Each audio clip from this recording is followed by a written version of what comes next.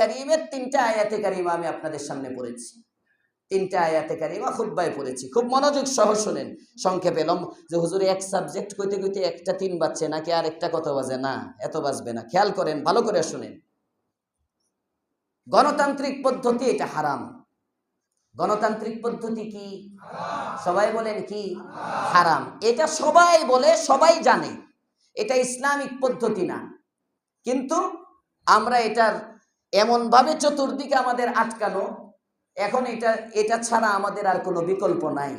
এটা গ্রহণ করেই পরবর্তীতে ইসলাম যদি প্রতিষ্ঠা করে, খেলাফা যদি প্রতিষ্ঠা হয়, তাও এটা ছাড়া এই মুহূর্তে বিকল্প নাই। এই মুহূর্তে এটা ছাড়া কি নাই? বিকল্প নাই। ইসলামিক পদ্ধতি যেটা মূলত দায়িত্বশীল নির্বাচনের ইসলামিক পদ্ধতি হলো মুসলমানরা ধৈর্য গিয়া খুঁজা খুঁজা বাইর করবে কাকে চেয়ারম্যান বানাবে, কাকে এমপি বানাবে, কাকে মন্ত্রী বানাবে। এটা আমরা খুঁজে বের করব। এটা হলো ইসলামিক পদ্ধতি। যেমন রাসূল করিম সাল্লাল্লাহু আলাইহি ওয়াসাল্লামের ইন্তেকালের পরে খলিফা কে হবে, আবু বকর সিদ্দিক নিতে চায় না, তারে জোর কইরা সাহাবায়ে কেরাম ধইরা আইনা তার কাছে বাইয়াত হইছেন। সুবহানাল্লাহ। আর আমাদের এমপি সাহেবদের কাছে কি, তাদেরকে আমরা খুঁজে বের করি না, তারা আমগরে খুঁজে বের করে। রাত্রেবেলা ঘুমের থেকে গিয়ে উঠায়, ভাই ভুট্টা দিয়েন। ওরে বাবা রে বাবা, আপনার পিছনে ঘুরতে ঘুরতে ঘুরতে ঘুরতে জান শেষ। এতেই বোঝা যায় ডাল মে কুছ কালা है, হ্যাঁ কাবাব মে হাড্ডি है। আল্লাহ হেদায়েত দান করুক, বলেন আমিন। এজন্য এটা ইসলামিক পদ্ধতি না। ইসলামিক পদ্ধতি না, তারপরে এটা করতে হবে। এখন এটা আপনি ইসলামিক পদ্ধতি না মনে করে যদি ভোটই না দেন, যে ঠিক আছে এটা যখন ইসলামিক পদ্ধতি না, যা ভোটই দিতাম না, ভোটই দিলাম না, না না না, ভোট দিতে হবে। এখন ভোট দিতে হবে। বাকি ভোটের শরঈ হাইসিয়ত কি, ভোটের শরঈ হাইসিয়ত কি, শরীয়তের দৃষ্টিতে তাফসিরে মাআরিফুল কোরআনের মধ্যে মুফতি শফি সাহেব রাহমাতুল্লাহ আলাইহি লিখছেন, এবং উনি এই সম্পর্কে ভোট কি শরঈ হাইসিয়ত এই সম্পর্কে একটা কিতাবও লিখছেন। ভোট কি শরঈ হাইসিয়ত, ভোটের শরীয়তের দৃষ্টিতে ভোটটা কি।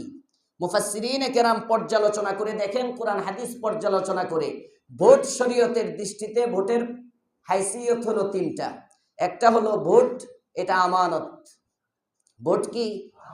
সবাই বলেন ভোট কি? আমানত। নাম্বার 2 ভোট শাহাদাত। বলেন ভোট কি? শাহাদাত। ভোট কি? শাহাদাত। একটা হলো ভোট আমানত, আরেকটা হলো ভোট শাহাদাত। 3 নম্বর ভোট শাফাআত। ভোট কি? শাফাআত। তাহলে 3টা শব্দ বললাম। বলেন ভোট আমানত, ভোট শাহাদাত, ভোট শাফাআত। 3টা জিনিস ভোটের মধ্যে, 3টা জিনিস পাওয়া যায়। একটা হলো আমার কাছে কেউ আমানত রাখলো, এই আমানতটা, আমানতের মালিক যে যোগ্য ব্যক্তি, তাকে আমি দিয়ে দিলাম।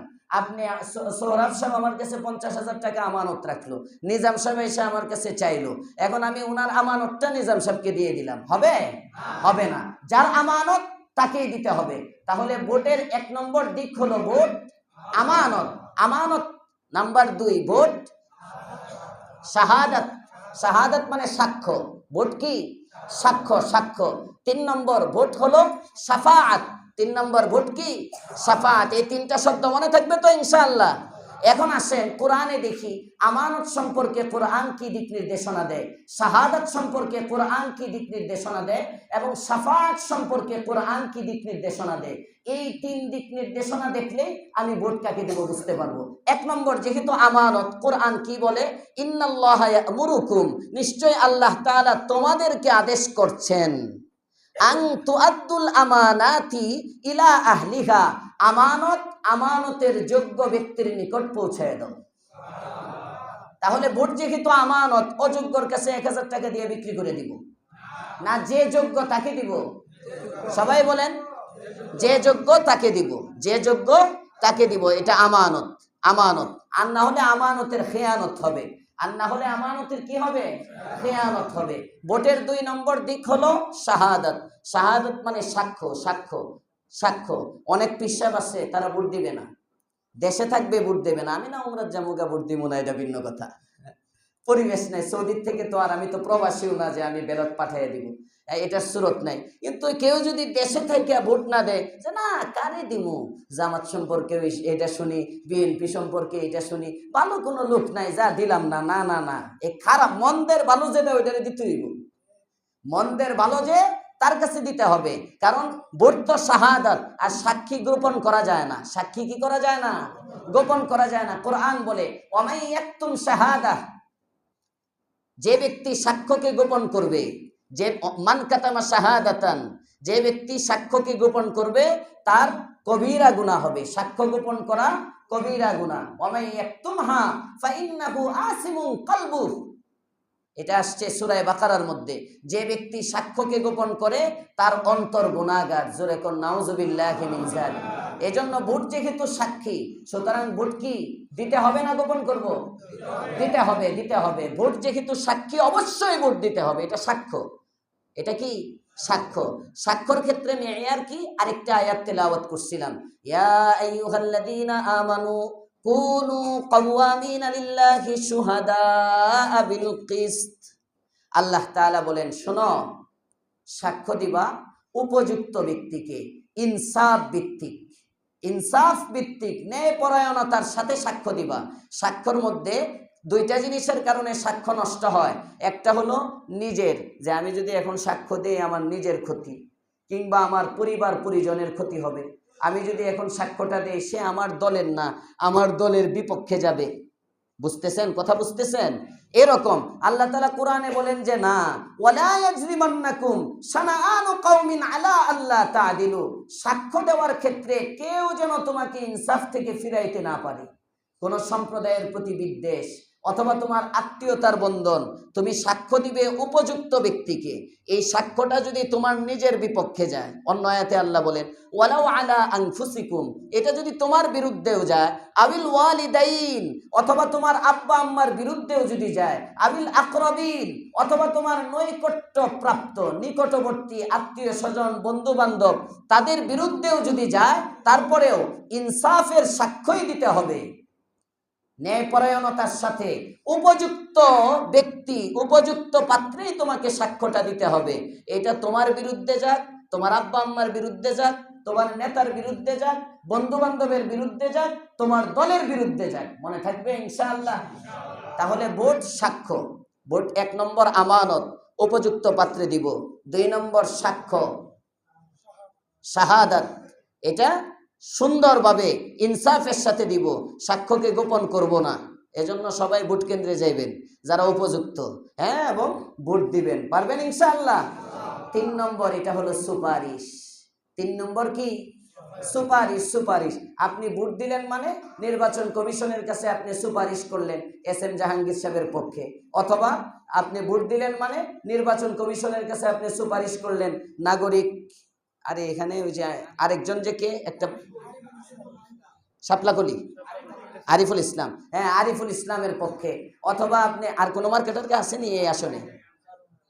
হাত পাখা আছে তো, আরে হাত পাখা আছে, হাত পাখা, ওনার আনোয়ার সাহেব, আনোয়ার হোসেন মনে হয়, আনোয়ার হোসেন, হাত পাখা মনে হয় আনোয়ার হোসেন। হ্যাঁ, আপনি 18 আসনে আনোয়ার হোসেন সাহেবকে ভোট দিলেন মানে আপনি নির্বাচন কমিশনে সুপারিশ করলেন উনি যেন আমাদের প্রতিনিধি নির্বাচন হয়, একটা সুপারিশ। এই ভোটটা একটা কি? সুপারিশ। সুপারিশ সম্পর্কে কোরআন কি বলে?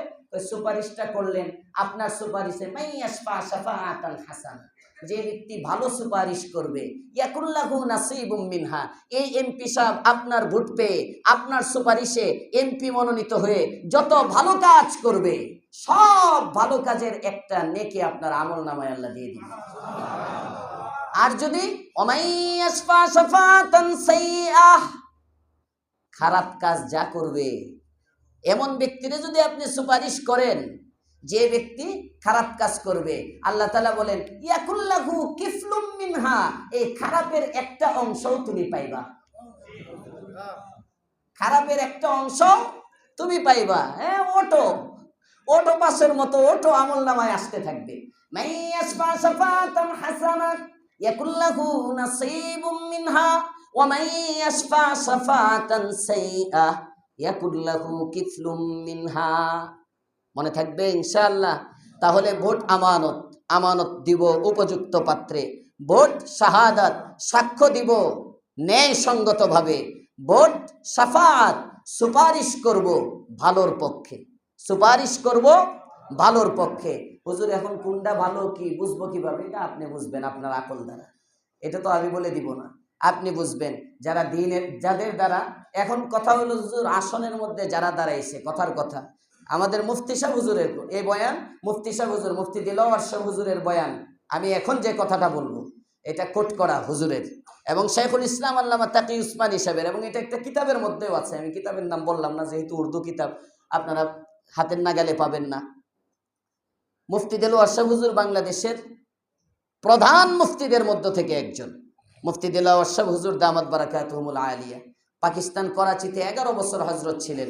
হজরতের সরাসরি ছাত্র যেহেতু আমি, হজরত ভোট সম্পর্কে একবার বলছিলেন যে মনে করো এলাকায় একটা আসনের মধ্যে ভালো ব্যক্তি আছে একজন, ভালো ব্যক্তি আছে একজন, খারাপ ব্যক্তি আছে একজন, তুলনামূলক কিছু কম খারাপ আছে একজন, 3 জন ব্যক্তি আছে।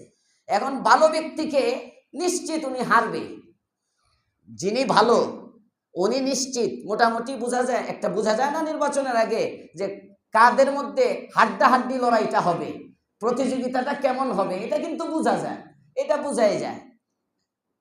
কে জামানত হারাইব, কে কি করব, মোটামুটি একটা পর্যালোচনা আছে, মার্কাটা কেমন, কার প্রতিনিধি কি।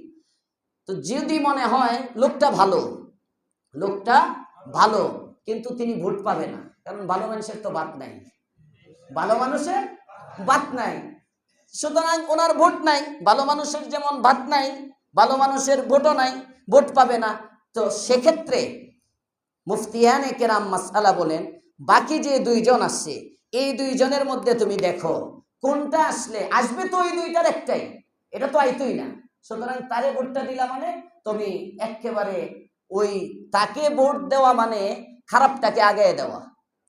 এই ক্ষেত্রে ভালো ব্যক্তিকে ভোট দেওয়া মানে কি, খারাপ ব্যক্তিকে আপনি আগায় দিলেন, আপনি সবচেয়ে খারাপ যে তাকে আগাইলেন। তো আপনার এই ভোটটা যদি তুলনামূলক যে কম খারাপ তার উপর পড়ে, তাহলে ক্ষতিটা কিছু কম হবে। এটাকে ফিকহি মূলনীতিতে বলা হয় আহওয়ানুল বালিয়াতাইন। আহওয়ানুল বালিয়াতাইন সবাই বলে না, এটার নাম কি?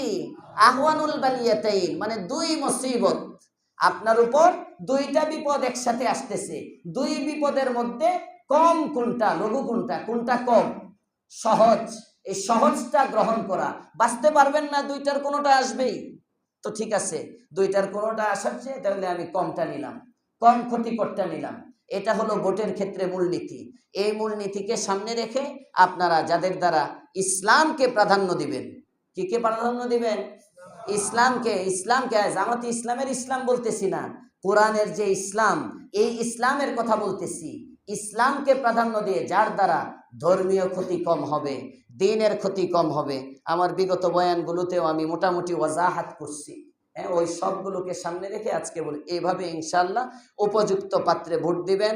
আল্লাহ যেন এমন কোন লোককে আমাদের আসনে দেয় যার দ্বারা দ্বীনের ক্ষতি হবে না। জোরে বলেন আমিন।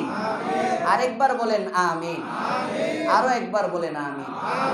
আমি তো টঙ্গীতে বলছিলাম গত 2 তাফসির আগে, টঙ্গী বাজারে তাফসিরের মধ্যে বলছিলাম যে দেখেন টঙ্গীতে এক বেটার দোকান দখল করছে, দোকান আওয়ামী লীগের আমলে ব্যবসা, বিরাট ব্যবসা দখল করে ফেলছে। আমি তাকে জিজ্ঞেস করলাম সরকারের পালা পরিবর্তনের পরে, অন্তর্বর্তী সরকারে, যে এখন তো আর আওয়ামী লীগ নাই, আপনার দোকানটা কি পাইছেন? তো আল্লাহর রহমতে আপনাদের দোয়ায় পাইছি। পরে আমি বললাম বয়ানের মধ্যে যে দেখেন, যদি দোকান নিয়ে যায় কেউ আপনার দখল করে, ক্ষমতার পালা বদলে দোকানটাও পাবেন। ইমান যদি কেউ নিয়ে যায়, ইমান কিন্তু আর পাইবেন না। ইমানকে প্রাধান্য দিয়ে ভোট দিবেন, যার দ্বারা, হ্যাঁ, তো কোনো দিনদার নাই আপনার এই আসনের মধ্যে, কোনো দিনদার যে 2 জন আসতে পারে, কথার কথা হাত পাখা তো আসবে না এই আসনে, আসলে আসবে জাহাঙ্গীর সাহেব অথবা হইলো আরিফ সাহেব, এই শাপলাকলি অথবা ধানের শীষ, এই 2টার মধ্যে হাড্ডাহাড্ডি লড়াই হবে।